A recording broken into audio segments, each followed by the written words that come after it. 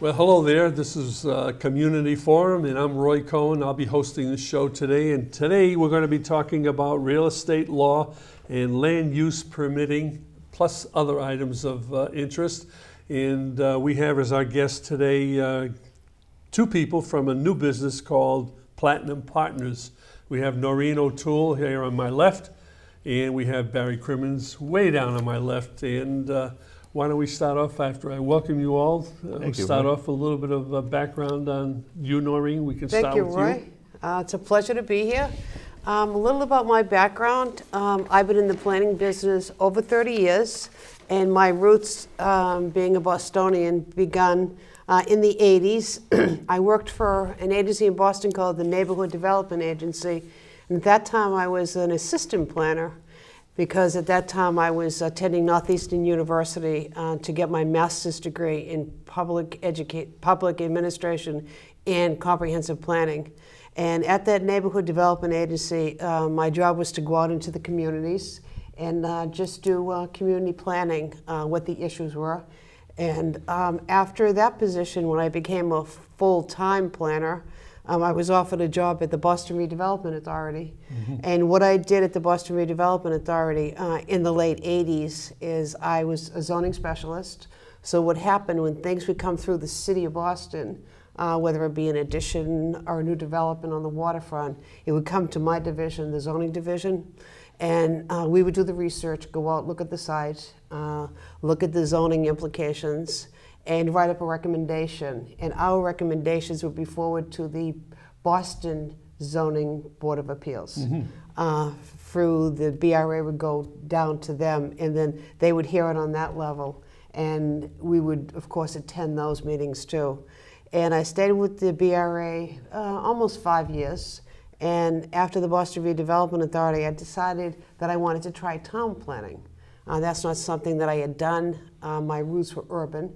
Growing up in the city. So there was a job at that time. The state was really putting planners into positions and in towns.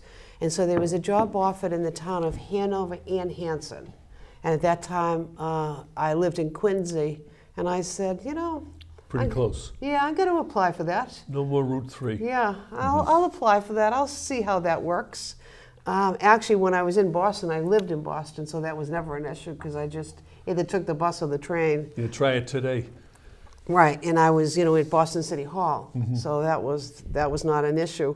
So I applied for the job to be the planner for Hanover and Hanson, never really realizing working for two boards. And now when people come to me and ask me about working for 2 or 3 towns, should they do it? And I always say no, because what happens when you work for 2 towns, you have 2 bosses, and then you have 2 boards. Mm-hmm. And so you're really working for more than 10 people and 2 totally different sets of regulations. Interesting. You would think that Hanover and Hanson, being abutting towns, the regulations would be similar. They were totally different. Independent of each other. So sometimes I'd be in Hanson and my chairman would ask me about a regulation and I'd give him the answer. He said, no, Noreen, that's Hanover. That's not us. Did you ever have anything to do with all the building that's going on in the waterfront in Boston? Or is that... Yes. What we did, what my division would do, we were connected, even though the Boston Redevelopment Authority is kind of quasi-government, we didn't really work for the city. Mm-hmm. But we did, but we were part state too. When anything came into the mayor's office, my division was called downstairs, and we were always part of the waterfront meetings, like how many units would be allowed under the zoning, what would the issues be, and I really liked that part of the job. People are gonna say, what? When I started, Kevin White was mayor. I worked under the Kevin White regime. And great regime, learned so much, and did a lot on the waterfront. Things were just starting to really move on that. And after Mayor White left, the last mayor that I worked with was Mayor Flynn, and then we just, moved forward with him. So I had experience under both types of regimes and types of government. And it's interesting now when I drive into Boston, I see some of these developments. Massive. Massive, that, years ago, it was really, they were coming in. They were massive to us at that time, but nothing like the construction that's going on today. I can't imagine what it's going to be like when they're all finished and the people move in, and it's just, it's bad now. It's amazing. It's amazing, and I think Barry and I were talking about this one evening, is that what happens is they build with everything else going on in the city too. There's like an empty parcel, and they're going to build like a 30 skyscraper or whatever, of units. So once I worked for Hanover and Hanson, what happened is both times got extremely busy. So what happened is Hanson asked if I would come with him full time. And that's what I ended up doing, which I liked that flavor because it was more rural. And they were just beginning to develop. Like, they didn't have a business base, so there was a lot to do in that town, and you did everything. You became like a specialist in everything, like whether it be water, with the water commissioner. So I worked with all boards in that town and loved it. Great job. And A lot of stress? No stress at all. I loved it. I'm saying that you're missing gray hair. That's why I'm wondering if the job was easy. Yeah, it was, you know why it was easy?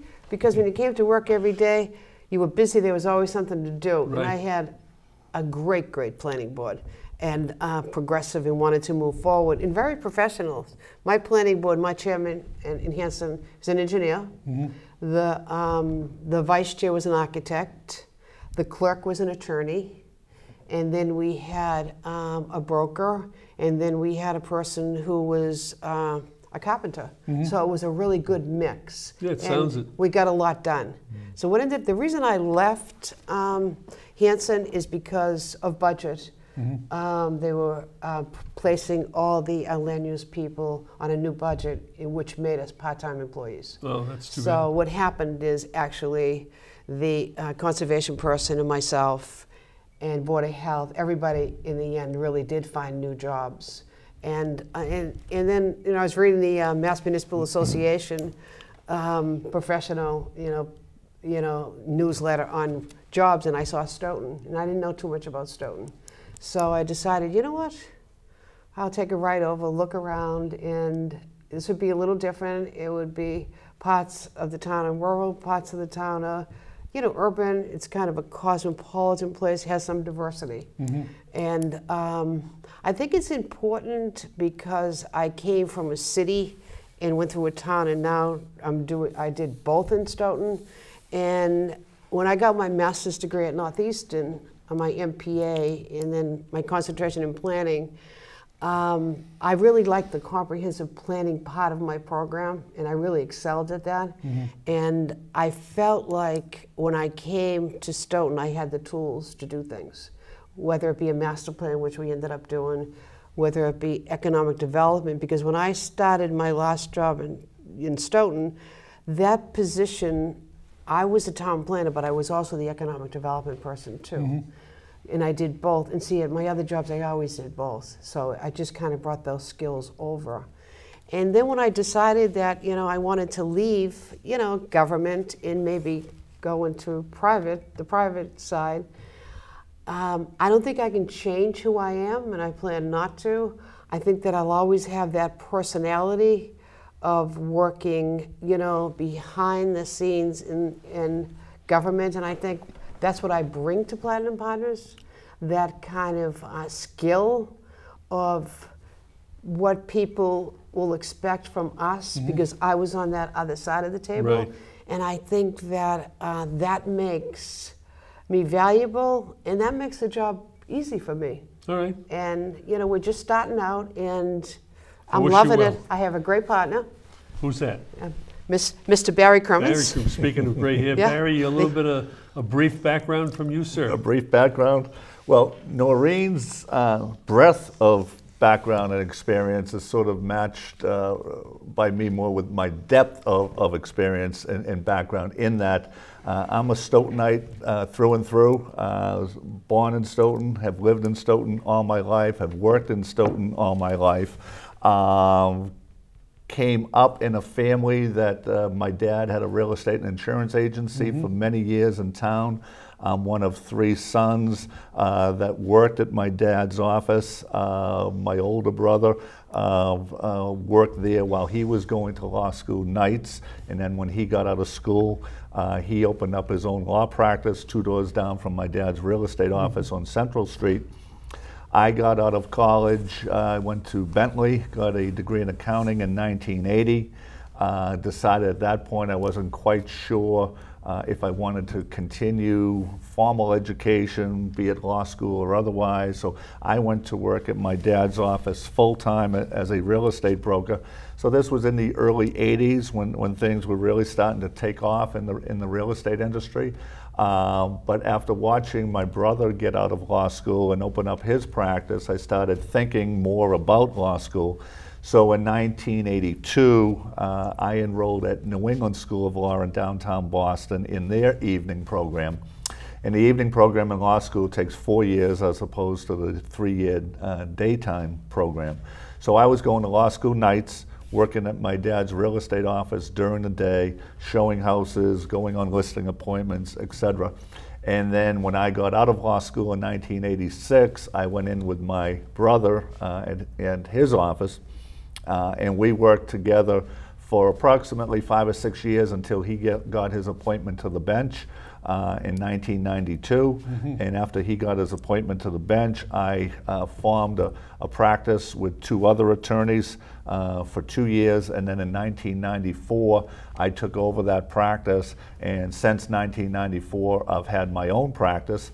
And the concentration of my practice has been, because of my real estate background, it's been very heavy in real estate, primarily what I call real estate transactional work, which is to distinguish, I represent buyers and sellers.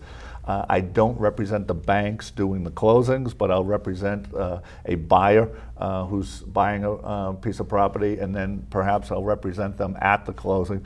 But so I have that real estate background that then developed into a municipal permitting practice where I would have occasion and still have occasion to represent private clients before zoning boards, planning boards, conservation commissions, anything involving permitting or any type of land use that requires permitting, be it a subdivision, be it a new building being constructed, being an addition to a building being put on, whatever it may be that requires permitting work.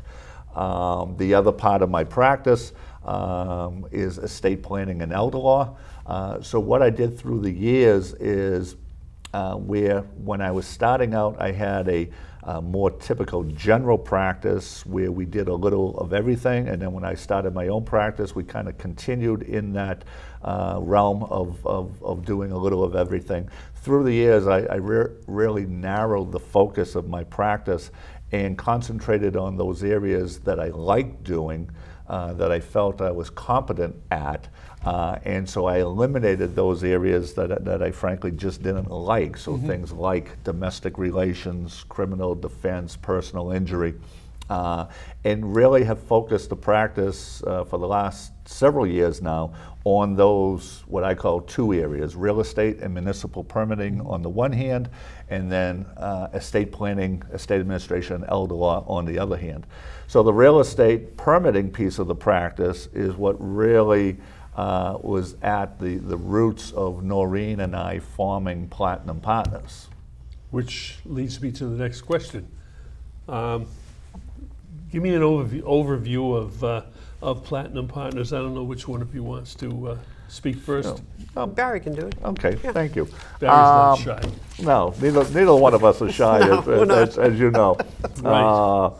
So, as I mentioned, a large part of my practice over the last several years has been in the area of municipal permitting, which again means going before various town boards, typically zoning boards, planning boards, conservation commissions. It could also involve boards of selectmen with things like liquor licenses and things of that nature. That's been a large piece of my practice.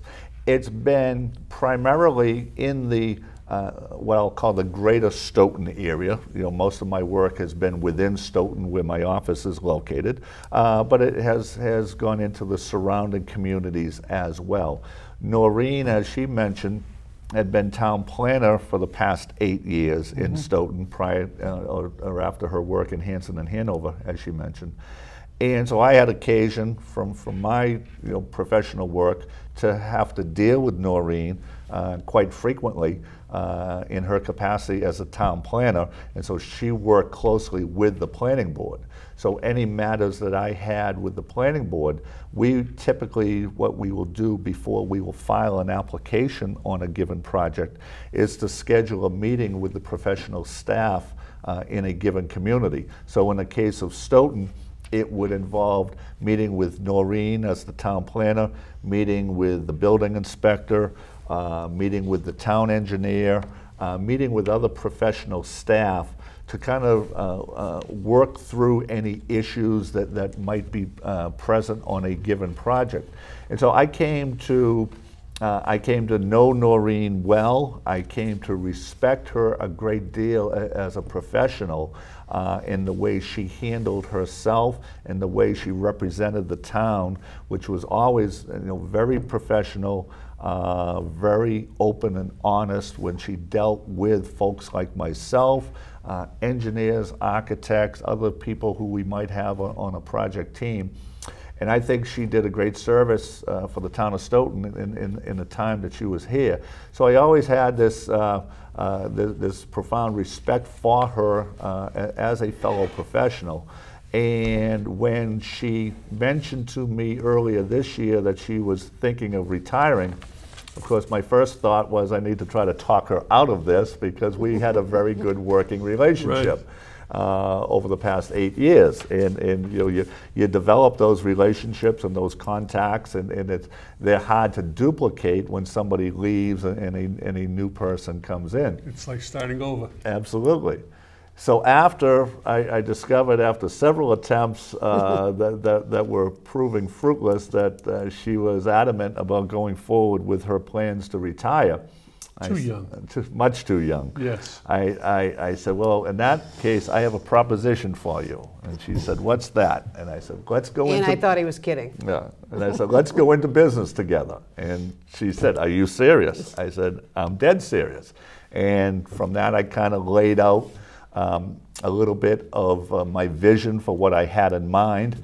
And we met over several months to kind of just, talk it through, talk about our respective visions, what we saw, and as Noreen alluded to, we have different skill sets. We bring different skill sets to the table, but I think it's that combination of those different skill sets molded together that really is what we believe is going to prove successful for Platinum Partners, because we can approach things from a different perspective. Noreen's background on the public sector, my background in the private sector, and the combination of those two things, combined with the experience we have, the networks and connections that we have, is really what we think is going to allow Platinum Partners to succeed. Definite fit. Yeah. And as I go out there, and meet, whether it be the building inspectors, the planners, conservation agents, water superintendents, it's an easy process, for me to do that. And, I tell them that, I'm a planner, and, and I say that, I have a partner, and explain the company.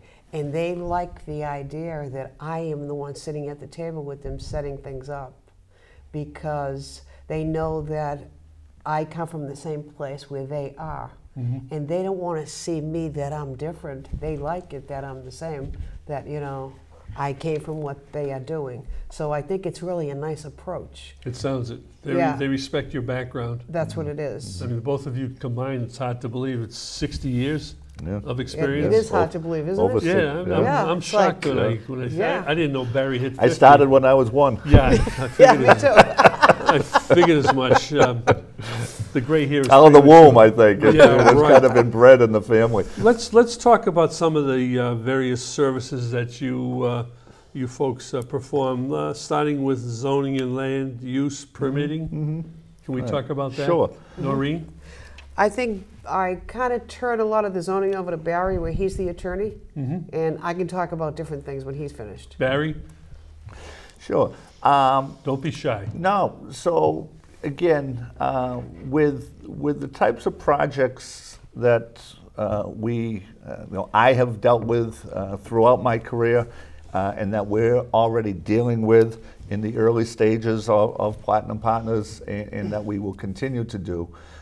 As I mentioned before, many of these projects are going to require permits from what I refer to as the various development boards, zoning board, planning board, conservation commission, etc.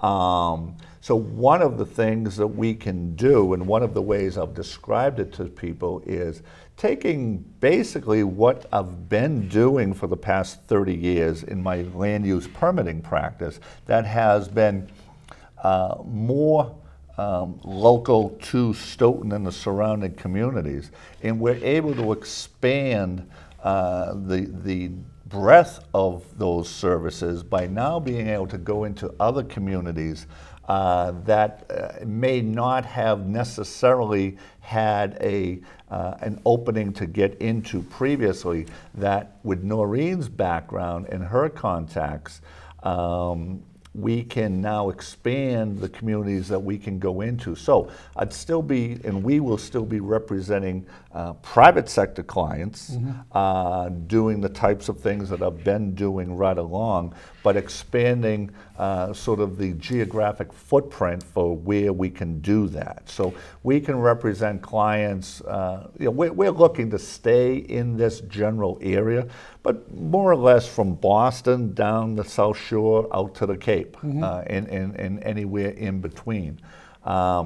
One of the things Noreen didn't mention about her background is her involvement with Old Colony Planning Council, that I'll let her talk about. But that background and experience is going to be a tremendous asset to us as we move forward, because of the contacts that she has with the folks in those communities. And just to flip over, the Old Colony Planning Council, I'm the chairperson of the Joint Transportation Committee. Okay. And that comprises 17 communities in the Commonwealth. What do they do? And everything comes before us for all transportation projects. It's called the Transportation Improvement Program. Is that, are you talking running the train from here to Fall River?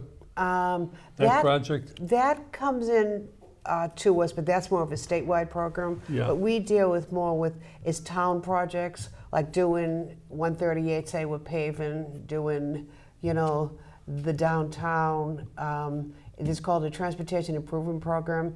And what happens is it goes through the engineering office, and they filled out the applications for District 5. What needs to be done in the town, whether it's a street light, whether we need to address timing, whether it's an intersection that has a high crash rate. You're talking about with Old Colony Planning Council, not with Platinum Partners. No, this is Old Colony Planning Council. This I'm is the on the chair. side. This is something that I've been doing for years. Okay. Yeah, as I did it, I represented Stoughton when I was on it, but when I retired from Stoughton, my town, I live in Whitman, they asked if I would represent them. Oh. So now I represent my town because the Old Colony Planning Council wanted me to stay in that position as the chairperson. So now, the job it's not a job, it's a volunteer position, did not change. And I've been with them over 15 years.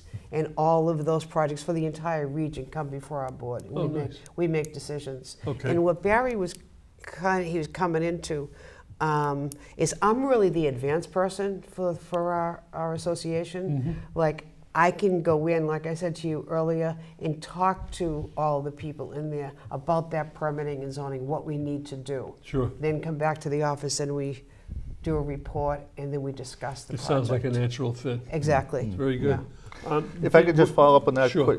briefly, Roy. So, and just to make sure folks understand, as Noreen just mentioned, she won't just be working on public sector client matters. She'll work with me on the private sector clients as well, because as she just mentioned, one of the really invaluable resources that she brings to the table is that ability, as she mentioned, to be able to go into a town and talk to the town officials. Sure. And talk their language with them.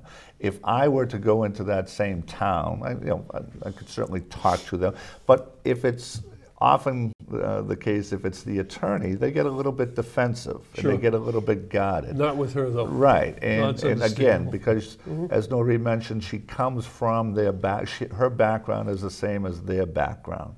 And so that perspective that she has is very important to them. So she can go in, sit down with a town planner, with a town engineer, with a building inspector, and talk to them and listen to what concerns they may have about a particular project. And then, as she mentioned, then she and I can sit down, discuss the issues that were raised by them, and then come up with a comprehensive plan of how we want to proceed and address those issues. Sounds good. Let me ask you a question. In the Stoughton, there are things going on, or we wish there were things going on. Do you have anything to do with those projects, like the hole in the ground in the center of town, the movie theater in the center of the town? I mean, so are these projects you'll be working on? So the hole in the ground, as you mentioned, I'm assuming you're referring to what has often been referred to as the Malcolm and Parsons Correct. project, because it's at the location, the property where Malcolm and Parsons Insurance Agency was previously located on Washington Street at the Right. corner of Freeman Street. So I was involved with the permitting for that project, and in fact, ironically, Noreen was town planner when we got the permitting for that project. That's a mixed-use development, which means there's commercial space on the first floor with residential apartments above it, 2 floors of residential apartments Right. above it. I have not been involved in that since we obtained the original permitting for that project. I think the client has been pursuing that independently. I've been watching with obviously a great deal of interest to see how things are going. I did see that they were recently either they were in front of the selectmen, or the selectmen had it on their agenda to talk about what the status of that project is. I think the developer had updated the board that his original construction schedule was delayed a little bit, but that he hoped to begin at least the demolition piece sometime this fall. Hopefully. Hopefully. So, and as beyond sort of being the attorney for the project and getting the permits, I live in the town, I work in the town.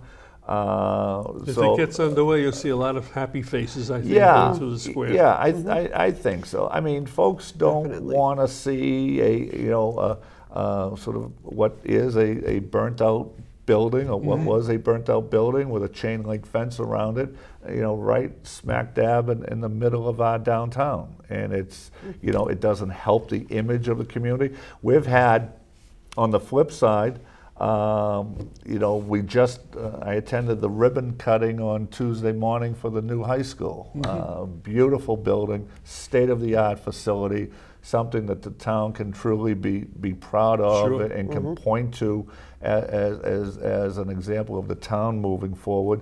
In December, the new library opened up, and these are just a couple of things, again, on the public sector side, in addition to some of the development that's been going on the private sector side. In my other capacity, in my community-based positions, I'm the chairman of the Stoughton Housing Authority, and as a member of the Stoughton Housing Authority, I'm the Housing Authority's representative to the town's Community Preservation Committee. So I have occasion to deal with some of those projects that, for instance, might come to the Community Preservation Committee for funding. So indirectly, not in a professional capacity, but in a community-based capacity, I'm involved on that side as well. Good. How about the what's the other project? The movie theater. What's the status on that as far as you're concerned? So as far as the movie theater has been, the Community Preservation Committee approved several years ago matching funds for that. They've been back, the group that's been spearheading that drive has been back before us on a couple of different occasions to update us on the status of that project. As far as I know, they're still trying to move that forward. I do know that a new owner purchased that property in the last couple of years. I know there's been some discussions with that owner to try to move that forward, but beyond that, I don't know much more about what's going on with that. I just think that once those two projects are underway, and hopefully they will be, Yeah. it'll be the spark to really help the redevelopment of the center of town. Yeah, yeah. Something that's really needed very badly. Yeah, no, absolutely. All right. What about, I noticed some other things that you folks are going to be handling. Project management. Mm-hmm. Is that something you get a little bit into? Sure. You want me to touch on that? Yeah, I do. Okay. So project management is, in a lot of these projects, there are, again, several professionals that make up the project team. The attorney being one.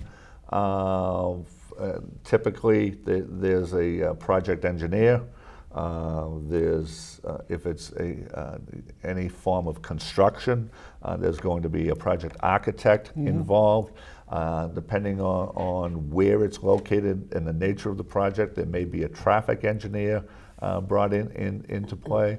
So somebody has to oversee all of the different things that those different individuals are And doing. that's where you guys come in. And once again, tying Noreen's background and experience in as the person who has in the past sat on the other side of the table, so to speak, she's going to be invaluable in assisting in that process, because once again, she can sort of be the eyes and ears of the community, or give us the perspective of, we tend to, on the private side, look at a project one way.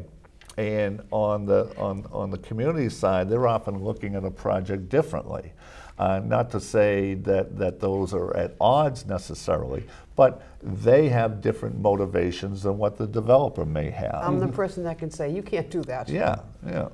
And they'll Because I'll respect your know, opinion. because I'll know Yeah, if that's yeah. not Yeah. Or what you want to do. perhaps instead of, you can't do that, That you particular can't do it thing. that way, Right. let's try it this Right. way, because it's going to be Options. more acceptable to the community, more palatable to the community if we try this, as opposed to perhaps getting a little too aggressive and trying this. On the subject of a project, and you have different people with authority in different sections of it, do you find that most of them protect their own, or are they willing to blend and help the project through?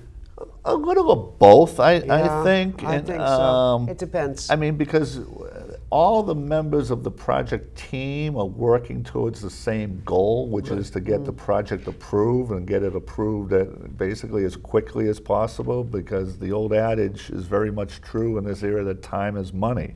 So delays cost money. Sometimes people get maybe a little protective of their turf, Correct. the particular area that they are working on. Maybe the landscape architect might want a certain thing, where the civil engineer says, well, I don't want landscaping here because I have a drainage ditch over here, or something of that nature.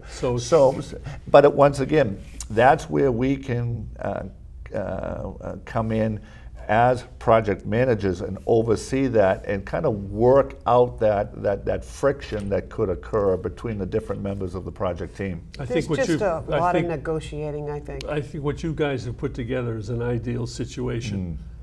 You can deal with respect because of your background, and that's great. Regulatory analysis, that's another thing I see on your list. Right. Which is?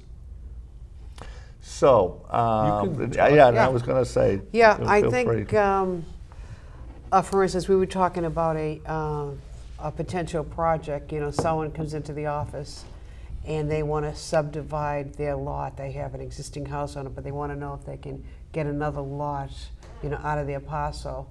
And that would be what, you know, you'd be looking at the regulations. You know, if you do this, does it change the existing house as far as zoning and the regulations go? Will they be in conformance or will they not be? So we talked about doing like feasibility analysis on sites, on the regulations and how it fits in. And regulatory analysis could be the zoning too. That would be Barry's bailiwick as far as updating zoning bylaws in a town.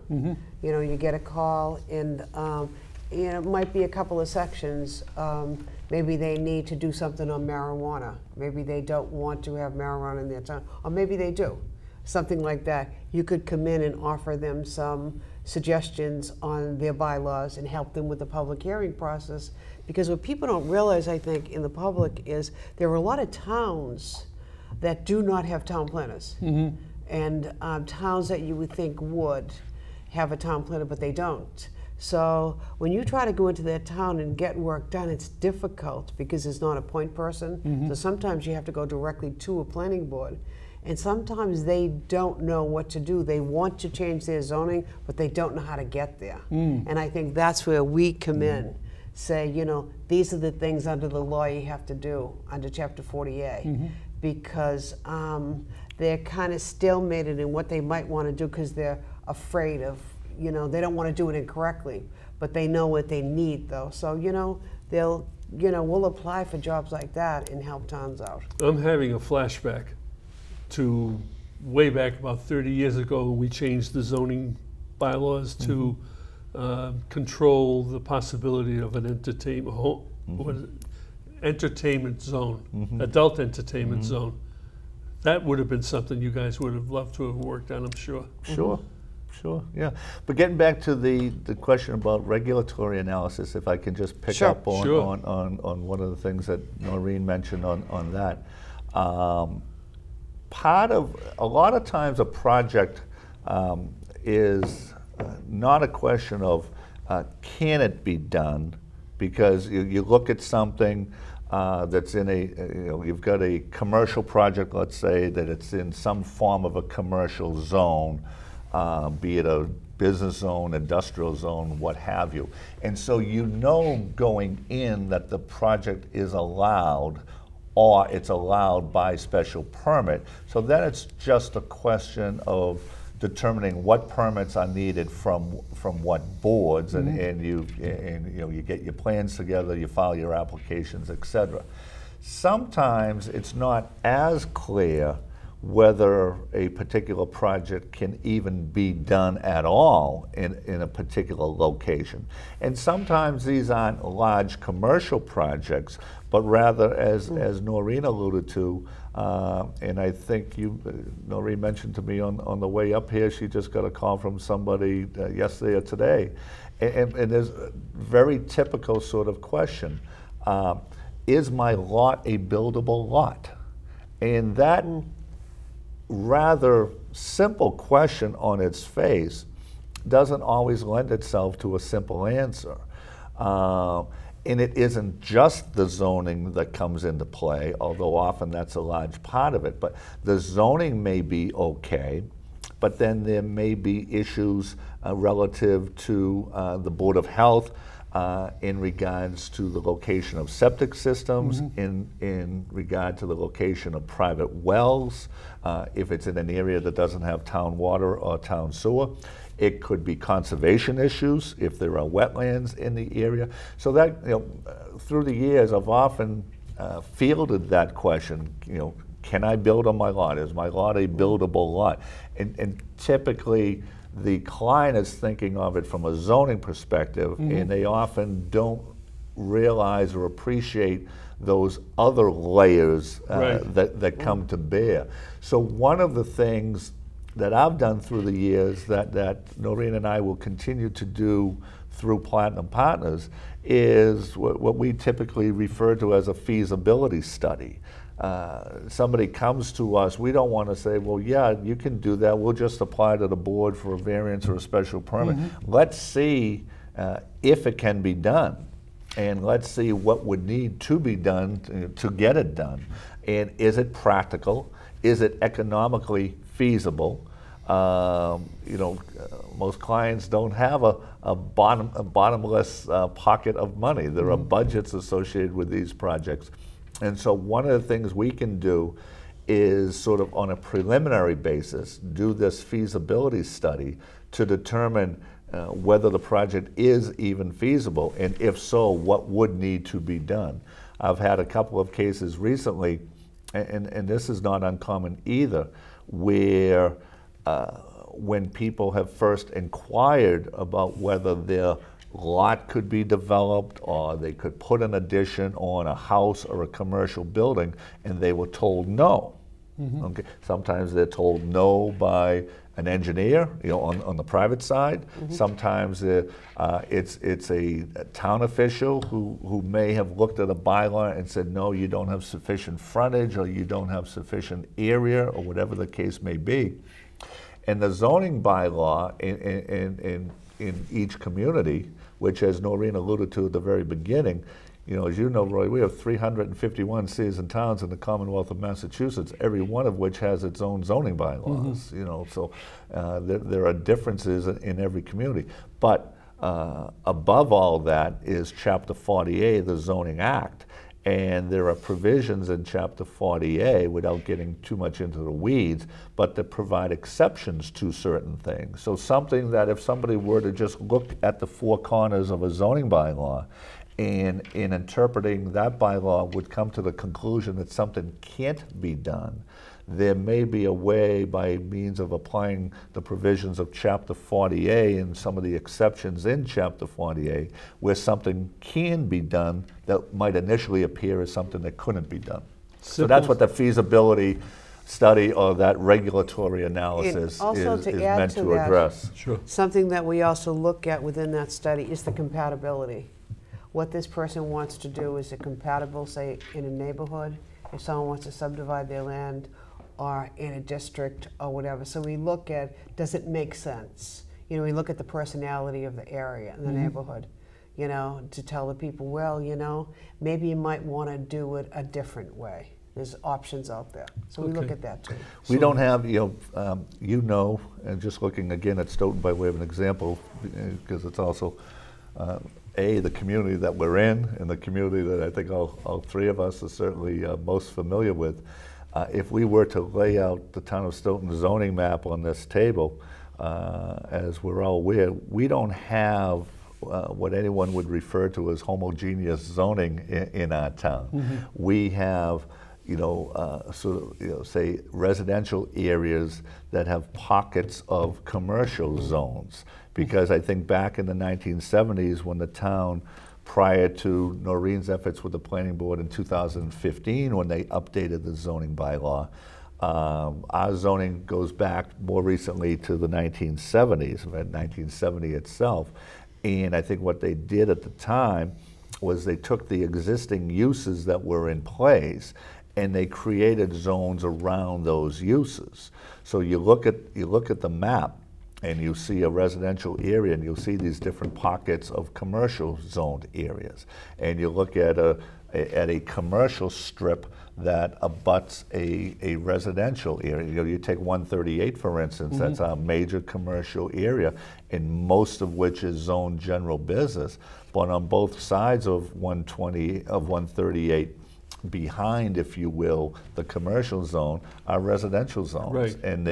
And those are mixed with single-family homes, multi-family homes, and other things. So that compatibility factor that Noreen alluded to is very important, because although something may be allowed from a zoning standpoint, is it still going to be met with resistance from neighbors or even the community, because it just doesn't really fit in, you alluded to the thing from years ago with the adult entertainment zone and what was going on at that time. So, it isn't just what the zoning bylaw will allow.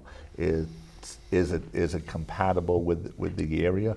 A lot of communities we touched on have adopted over the last couple of years both medical and recreational marijuana zones, generally speaking overlay districts. They've also adopted solar overlay districts to allow for solar panels and things of that nature. But they may not always be appropriate in a given area. We had a zoning amendment at this year's annual town meeting that dealt with a solar array for a particular area. Are they going to be putting it up? I believe so. They were approved for the zoning amendment. I noticed they did it on 138 where the old the dump was in Randolph. Right. It's now loaded with solar panels. Exactly. You see that in a lot of communities. Right. Yeah. The Stoughton one would be in the industrial park. And who would benefit from that? Who would benefit from it?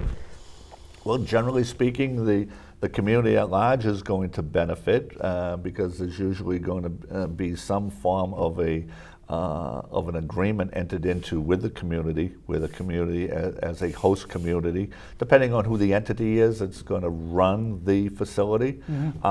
It's hopefully going to result in lower energy rates that can get passed on to the consumers. So ultimately, hopefully, everybody benefits from something like that. Okay. Why don't we stop for a second and take a breath? And we're going to take a look at some of the sponsors that we mentioned on a regular basis, and we'll be right back. Hi, this is Roy Cohen. The crew would like to thank Maxie's Delicatessen, located at 117 Sharon Street in Stoughton. You can reach them by calling 781-341-1662. The American Cancer Society is looking for volunteers to drive cancer patients to and from treatments. You can volunteer by calling 1-800-ACS-6662 or online at www.cancer.org. Ilsa Mark's Food Pantry and St. Anthony's Free Market is located at 2 Park Avenue in Stoughton. For more information, call Christine Gallagher at 781-341-0611 or 781-341-0549. To get involved with Meals on Wheels, call Jessica at 781-344-8882, extension 2. The Stoughton Penny Saver. Our business is advertising your business in Stoughton. To advertise, call 781-344-4833. Community Forum showtimes here in Stoughton. You can see it on Thursdays, Fridays, Saturdays, and Sundays at 6 p.m., Monday at 8 p.m., Tuesday at 5 p.m., either on Comcast Channel 9 or Verizon Channel 28. If you have any comments or suggestions, contact us at communityforum1@yahoo.com. Samaritans, 41 West Street, 4th floor in Boston, Massachusetts, 02111, or call them at 617-536-2460. The 24-hour helplines, 877-870-HOPE or 877-870-4673. Samaritans, 800-252-TEEN or 800-252-8336, or online www.samaritans.org. SamaritansHope.org. For you bingo players, I want to tell you about the Monday night bingo being held at the Ahava Torah Congregation, 1179 Central Street in Stoughton. The doors open at 4:30 p.m. The games start at 6:30 p.m. You come on down and win some money. They have two big prizes. One is $1,199 and the other one is up to $3,000. So come on down. Okay, we're back, and I need to tell people where you are. Platinum Partners LLC is located in Barry's office at 909 Washington Street in Stoughton. That's Route 138, just outside of the town center. And the phone number for the Platinum Partners is 888-239-9911, or you can see it on the web at platinumpartnersllc.com, or if you want to send them an email, it's info@platinumpartnersllc.com. Got to say it slowly. I know, it's tough with the big one. LLC in there. It's all right. Yeah. It's worth the effort, I'm sure. I have to tell you, I'm very impressed with what you've put together. Well, thank you. Thank you. It sounds like something that's very needed. I'm not sure how other towns have situations like what you've put together, but I really think that what you've done so far in, number one, preventing her from going into retirement. Absolutely. She's too young. Much too young. And I wish you both well. Thank you, Roy. The subject of public sector clients, what can we talk about that in the last five minutes or so? I can quickly talk about, we did a master plan in Stoughton, and you know, there's a lot of components to it. There's a housing component, transportation component, open space, recreation, public facilities, and of course, implementation is what you're going to do with that program. And there's a zoning component also. So what we can offer to people is, maybe they need to update one section of that plan or the whole plan. Say they want to update the housing part of their master plan, and we can help them with a housing production plan, which is part of the master plan. And what that is that just guides the town and say, you want to create affordable housing, you haven't reached your 10%. Right now Stoughton is at 13.7. And once you hit that over that 10%, then you're on the right track to create your affordable housing. And some towns just need guidance on that. Like there are programs called with the state local initiative programs, which you can, like you can go to a developer and say, could you make 2 of your units under this local initiative program because we don't have enough affordable housing. There's a lot of ways in which you can do it, and that's what we can provide to towns. Show them the way on that, or the public facilities if they're building a building or things like that. So it's a pretty big project, but we could do components of that project and help them out and have the public engagement, which that's the part of it that I really like. You know, you do all that PR, you bring the people in, talk to them about their goals as a town. And I think, and then I can turn this over to Barry because I know we're running out of time on the peer reviews. Yeah.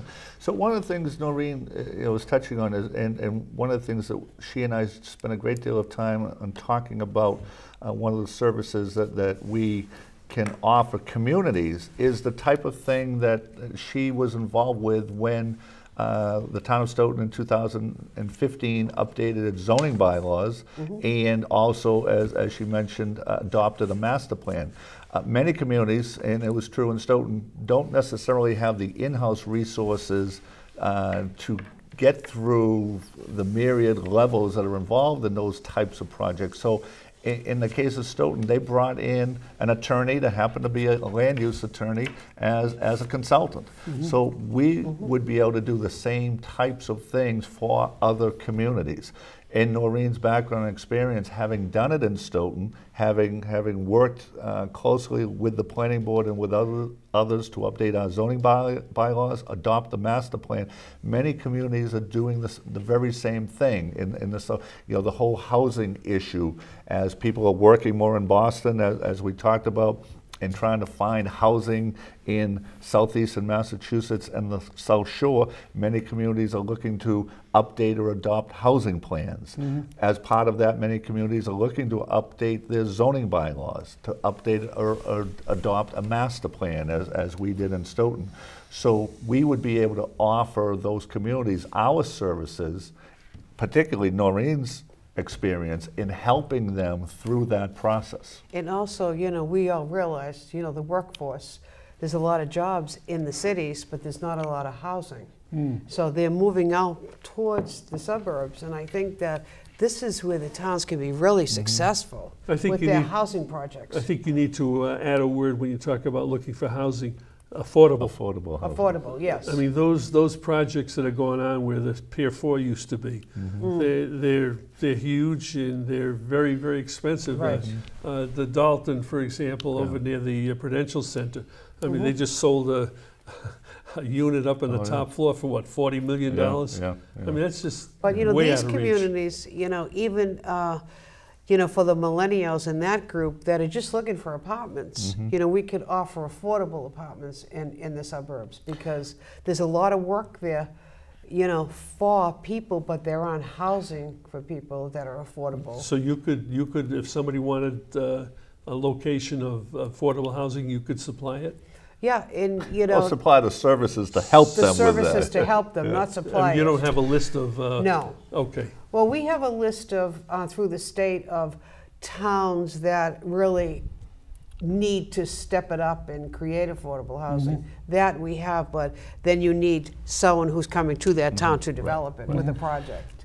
So, South Shore, if I can interrupt, South Shore, yeah. Chamber Right. has a program, Housing 2030, which is looking at just those issues. How do we provide the housing stock that's going to be necessary to support the workforce in this area and on an affordable basis, as you Right. mentioned? Many communities in the area that the South Shore Chamber represents are looking at that mixed-use development model, as opposed to the traditional subdivision that a lot of Right. people don't want to see in their town. So utilizing existing resources in their downtown area, in their main corridors, and putting in mixed-use housing with the commercial on the first floor and the residential above that. and That's maybe like they in- don't have zoning that, you know, suits that need. Right. Yeah. And they would need maybe a new bylaw in order to, you know, to achieve that Right, goal. exactly. I think what they've done in downtown Canton is a Exactly. good example of Exactly. mixed use. Right, right. And Noreen was involved in that in Stoughton, with the town adopted the Stoughton Center Mixed-Use Overlay District to allow for mixed-use development in the downtown. It should only happen. And we're seeing, well, Soon. we're seeing Well, the there fruits. We're seeing the fruits of. I mean, There other were than a that few one projects. project, Yeah. you know, There there's were. the project that's referred to as the Drake on the corner of Yep. Washington and Monk Street. Yep. That was one of same them. developer is building another one on Porter Street In the as back. we speak, Farmers and Market. it's just Yep. broken ground on one on Monk Street, Good. next to the old Sherwood restaurant. Fantastic. All And right, those well, apartments fill up within a month. that's nice. Yeah. Yeah, they, We unfortunately are running out of time, and Barry, I'm going to have you guys come back and talk about a whole bunch of other subjects Okay, great. that I have a list of. We'd be happy to, Roy. And I want to thank you both for coming on and wish you both well. Thank you Thank for you. having us. And I know Thank you'll you, be Roy. very successful, and I'm looking forward to the party when you do pass your first milestone. Absolutely. Before we sign off, I want to thank Michael Hammond. I want to thank Jeff Pickett, CJ Mullen, Dave Young, Gina Coe on the buttons in the control center, and her daughter Bella on the cameras, doing a great job so everybody looks good. And I'm Roy Cohen, and this has been a very interesting show. We hope to see you again next week. Thank you, and see ya. Thank you, Roy. thank you, Roy. Thank you, Roy. Okay.